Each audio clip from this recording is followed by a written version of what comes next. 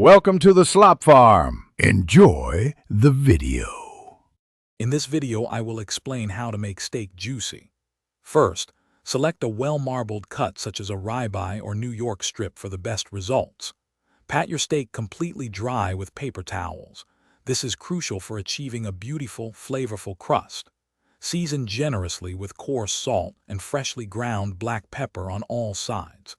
Let the steak sit at room temperature for at least 30 minutes before cooking to ensure even heat distribution. Now let's talk about searing. Heat a heavy-bottomed pan, ideally cast iron, over high heat until it's smoking hot.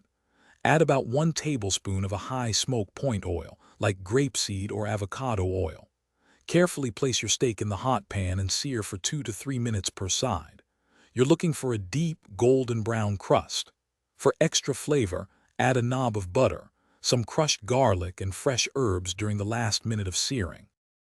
After searing, transfer your steak to a preheated oven at 375 degrees Fahrenheit to finish cooking. The key to a juicy steak is not overcooking it.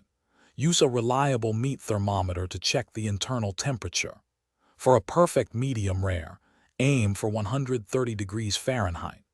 Remember, the steak will continue to cook slightly after it's removed from the heat, so pull it a few degrees before your target. This final step is absolutely crucial for a juicy steak: resting. Once your steak reaches the desired internal temperature, remove it from the heat and place it on a cutting board. Tent it loosely with aluminum foil to keep it warm. Let it rest for at least 5 to 10 minutes. This allows the juices, which have been pushed to the center during cooking, to redistribute throughout the entire steak, ensuring every bite is incredibly tender and flavorful. Thanks for watching. Consider subscribing if we helped you today.